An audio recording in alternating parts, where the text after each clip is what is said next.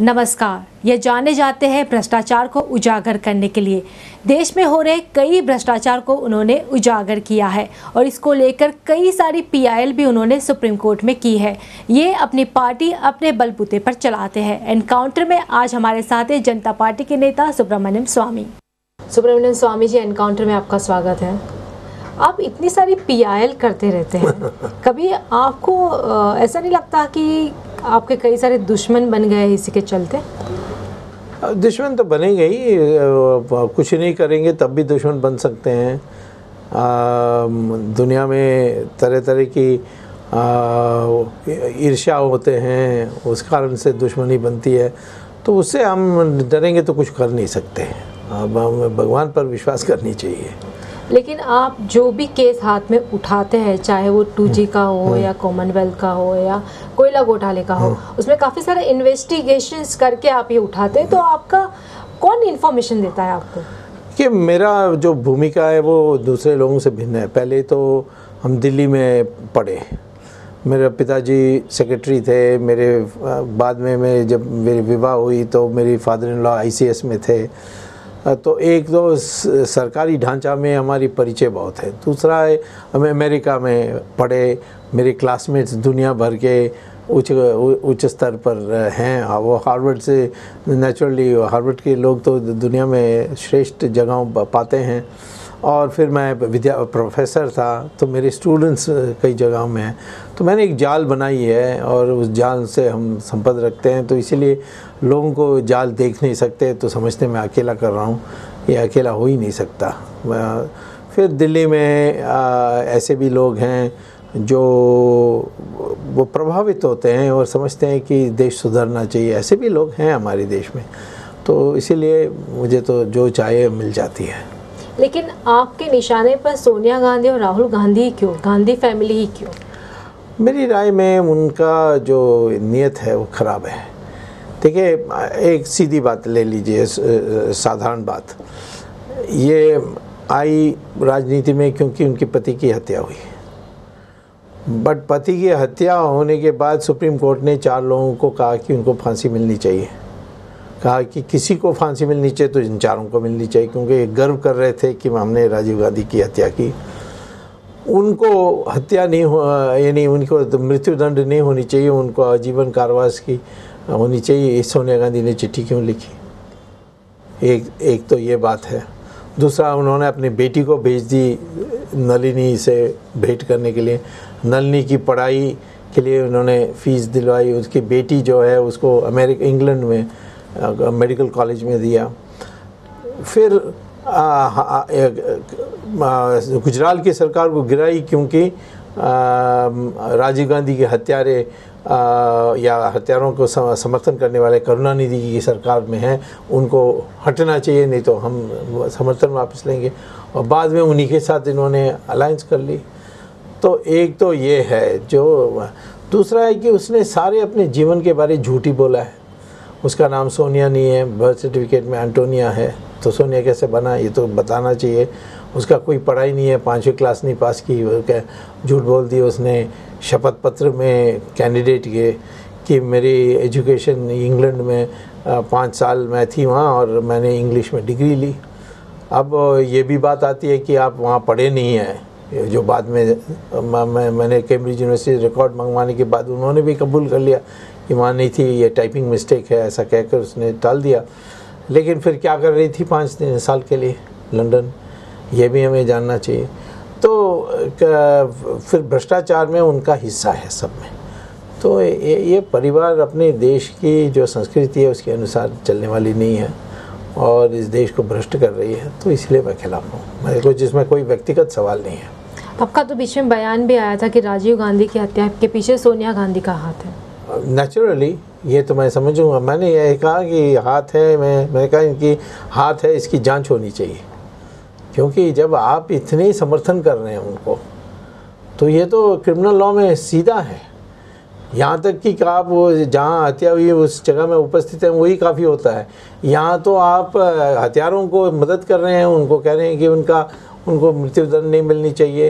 अपनी बेटी को भेज देती है मैं उनको मिलने के लिए, तो ये तो जाए उसमें भी आया, लेकिन उसमें तो कीचड़ उछल रहा है, तो गुजरात सरकार पे भी उछल रहा है। उनके सीएजी में जो रिपोर्ट आई 5,000 करोड़ की भी बात आई। इसके अलावा कई सारे बीजेपी शासित प्रदेशों में भी कोयला घोटाला हुआ है, लेकिन आपने उसको खुले तौर पे उजागर क्यों नहीं किया? देखिए, मैं एक सरकारी नौकर नहीं हूँ, मैं सीबीआई का डायरेक्टर नहीं हूँ। मैं जानता हूँ कांग्रेस अपने ऊपर केस नहीं डालेगी, तो इसलिए मैं कांग्रेस के पर कंसंट्रेट कर रहा हूँ। कांग्रेस के पास सत्ता की सारी ताकत है, सीबीआई है, एनफोर्समेंट डायरेक्टरेट, सब कुछ है, तो कांग्रेस क्यों नहीं करती है? ये मैं ही क्यों करूं? मैं कांग्रेस का क्यों काम करूं? कांग्रेस को करना चाहिए, कांग्रेस को सफाई देना चाहिए, क्यों नहीं बीजेपी के ऊपर केस डाल रहे हैं? तो ये तो यदि मैं सरकार में होता तो मेरी जिम्मेदारी हो जाती है कि सब पर केस डाल लें, पर मैं जब व्यक्तिगत कर रहा हूँ और मेरा समय सीमित है, मेरे साधन सीमित हैं, उस समय मैं कांग्रेस पे कंसंट्रेट इसलिए करूँगा कि क्योंकि वो अपने ऊपर कभी नहीं डालेंगे केस, इसलिए मैं डाल रहा हूँ। लेकिन आपको लगता है इसी के कारण जो है आपके ऊपर ये आरोप लगता है कि आप पर्टिकुलर कांग्रेस को ही टारगेट करते हैं? नेचुरली मैं और किसको टारगेट करूँगा? मेरे पास उतना टाइम ही नहीं है, मेरे पास उतने साधन भी नहीं है। मुझे सीबीआई के डायरेक्टर बना दो, फिर पूछो मुझसे, मैं कर दूँगा। बट मैं सब अपनी मेहनत से, अपने खर्चे से, अपने क्षमता से मैं करूं तो एक सीमा होती है जो मुझे सबसे आवश्यक है, जिसको प्राथमिकता देनी चाहिए उसको दूंगा। कांग्रेस को कौन रोक रहा है? कांग्रेस के ऊपर आरोप लगानी चाहिए, क्यों नहीं आप केस डाल रहे? इसके माने कुछ है नहीं, ये सिर्फ ऐसे ही आप प्रचार करते हो, पर करना है तो आपके या कांग्रेस के एमपीज जैसे मैं केस डाल रहा हूँ वो भी डाल सकते हैं, वो नहीं करते। वो कैसे करेंगे? उन्हीं की पार्टी के खिलाफ? नहीं, मैं उनके पार्टी के ऊपर नहीं कह रहा हूँ, मैं तो बीजेपी के ऊपर कह रहा हूँ। कौन रोक रहा है उनको बीजेपी के ऊपर कोर्ट में जैसे मैं जाकर करता हूँ वो जाकर नहीं कर? क्योंकि उनको भी पता है कि उनके हाथ भी तो काले हुए हैं कोयला घोटाले। तो यही तो प्रॉब्लम हो गई। तो ये खुद भ्रष्ट हैं, ये दूसरों के ऊपर उंगली उठा नहीं सकते, कोई कोर्ट में उनको ये नहीं देंगे। मेरा वह विश्वसनीयता इसी बात पर है कि मैं एक बात लूँगा तो फिर छोड़ूंगा नहीं, और ये कितना भी धमकी दें मेरा कोई ऊपर असर नहीं होगा, मेरा कोई पोल नहीं खोल सकते। लेकिन मेरा ये जो साधन की सीमा है उसके अंतर्गत मुझे काम करना होगा। कल मैं कोई पद में आ जाऊं तो फिर मैं तो फिर सब पूछ सकते हैं। मैंने तो जब एक ज़माने में किया था, वो था जब रामकृष्ण हेगड़े हमारी चीफ मिनिस्टर थे, मैं पार्टी का महामंत्री था, तब भी मैंने उनके ऊपर केस डाली, तो सब लोगों ने कहा ये क्या, तो अपने लोगों के ऊपर ही केस डाल रहे हो, ये तो अपने साइड पर ही गोल डाल रहे हो। इस तरीके से भी लोग कहते हैं, लोग दोनों तरफ बात करते हैं। मैं नहीं करूँगा तो कहते हैं क्यों नहीं करते हो, और मैं करूँगा तो कहते हैं कि अपने लोगों का ही कर रहा है ये अपना बात। मैं तो ये जिम्मेदारी का सवाल है, ये कांग्रेस की जिम्मेदारी है कि बीजेपी पर केस डालें। लेकिन देश की आज की जो स्थिति है उसको देखकर आपको लगता है कि मध्यावर्ती चुनाव आ सकते हैं 2014 से पहले ही? आना चाहिए, क्योंकि ये सरकार कुछ कर नहीं सकती। ये सरकार के पास ना कुछ आइडियाज़ हैं और इतने भ्रष्टाचार में लिप्त हैं, वो अपने बचाव में ही लगे हैं। तो मुझे तो लगता है कि जैसे थर्ड फ्रंट पूरा बन जाएगा और मुलायम सिंह का नाम घोषित हो जाएगा तो वो विड्रॉ कर देंगे, उसके बाद ये सरकार टिक नहीं सकती। लेकिन मुलायम सिंह तो सपोर्ट कर रहे हैं, अभी कर रहे हैं, क्योंकि उनका थर्ड फ्रंट बना नहीं है, वो बन जाने के बाद वो कर देगा। आप सपोर्ट करेंगे उनको? नहीं, मैं क्यों करूँ, बहुत मेरा मित्र तो है ही, बहुत पुराना मित्र है। मैं तो एनडीए में हूँ, तो मैं कर सकता हूँ। लेकिन 2014 के पहले तो कुछ भी थर्ड फ्रंट बनता है तो कोई भी पार्टी सपोर्ट कर सकती है, आप भी सपोर्ट क्यों नहीं करते? मैं तो मेरा जो सैद्धांतिक रूप से बीजेपी से निकटता ज़्यादा है, पुराना जनसंघी भी हूँ, तो इसलिए। कहीं यही तो कारण नहीं है कि आप बीजेपी के खिलाफ केस नहीं उजागर करते उनके? नहीं, मैंने कह दिया है कि मेरे पास समय नहीं है। मुझे आप पद में बैठा दीजिए और फिर कहिए कि बीजेपी पर केस डाल दूंगा, मैं डाल दूंगा। लेकिन आपको सिनारियो देखकर लगता है कि एनडीए आ सकती है सत्ता में? एनडीए तो आ सकती है यदि हम दो विषयों पर जोर देंगे।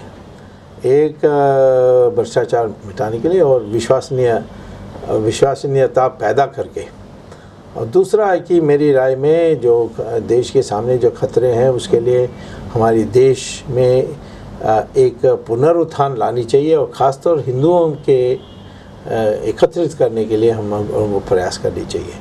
जब यदि हिंदू इकट्ठे हो जाएंगे तो फिर ये मुस्लिम का तुष्टीकरण बंद हो जाएगा, वो राष्ट्र के हित में है।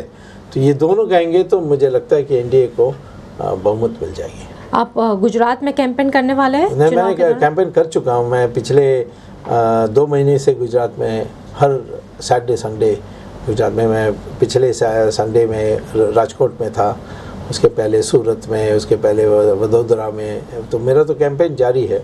वहाँ के अखबारों में तो खूब छपता है, परंतु आपका ध्यान में कम आता है, परंतु आपका TV 9 तो वहाँ दिखता है। लेकिन क्या आपको लगता है कि एनडीए की सरकार आती है तो क्या नरेंद्र मोदी को सभी पार्टी सपोर्ट करेगी पीएम के तौर पर? मैं तो ये नहीं कह सकता, क्योंकि एनडीए में कई काबिल लोग हैं, वो सब बन सकते हैं। तो अभी किसका नाम तय होगा ये मैं नहीं कह सकता। आप सपोर्ट करेंगे उनको? मैं तो जो भी एनडीए तय करेगी उसको सपोर्ट करूँगा। नरेंद्र मोदी तो मेरा मित्र हैं और वो काबिल व्यक्ति हैं, ये भी जानता हूँ, पर आखिर में एनडीए के सपोर्ट चाहिए ना। वो भी ऐसे ही हैं, वो एनडीए उनको नहीं सपोर्ट करेगी तो वो भी जो एनडीए तय करेगी उसी को सपोर्ट करेंगे। आप एक इकोनॉमिस्ट भी हैं, देश की सिचुएशंस को आप काफ़ी गहराई से जानते हैं, इकोनॉमिक सिचुएशंस को। जो एलपीजी का जो फैसला लिया है केंद्र सरकार ने, आपको लगता है कि ये फैसला टाल सकती थी सरकार? नहीं, अवश्य टालना चाहिए था, इसको तो लेना ही नहीं चाहिए था। ये तो हमारी इस सरकार की दिवालीपन का परिचय है। आखिर में अब केरोसिन हो, गैस हो या पेट्रोल हो, इसका अधिकांश तो टैक्स है। टैक्स को हटा दो। अब पेट्रोल आपको ऑयल कंपनीज की मुनाफा को जोड़कर, पेट्रोल पंप की कमीशन को जोड़ करके 34 रुपये से ज़्यादा नहीं होता है, और यहाँ पर 76 रुपये में बेच रहे हैं। और वो कहते हैं कि टैक्स हटाने तो साधन कैसे आएगी, तो नीलाम कर दो। कोयला का नीलाम हो जाएगा तो आपको 11 लाख करोड़ मिल जाएगा। 2G स्पेक्ट्रम में आपको 7 लाख करोड़ मिलने वाली है। तो साधन की कोई कमी नहीं है। ये सब करने नहीं चाहते और इसीलिए आम जनता पर इस तरीके से बोझा डाल रहे हैं। वक्त हो रहा है छोटे से ब्रेक का। ब्रेक के बाद भी सुब्रमण्यम स्वामी से मुलाकात जारी रहेगी। देखते रहिए एनकाउंटर।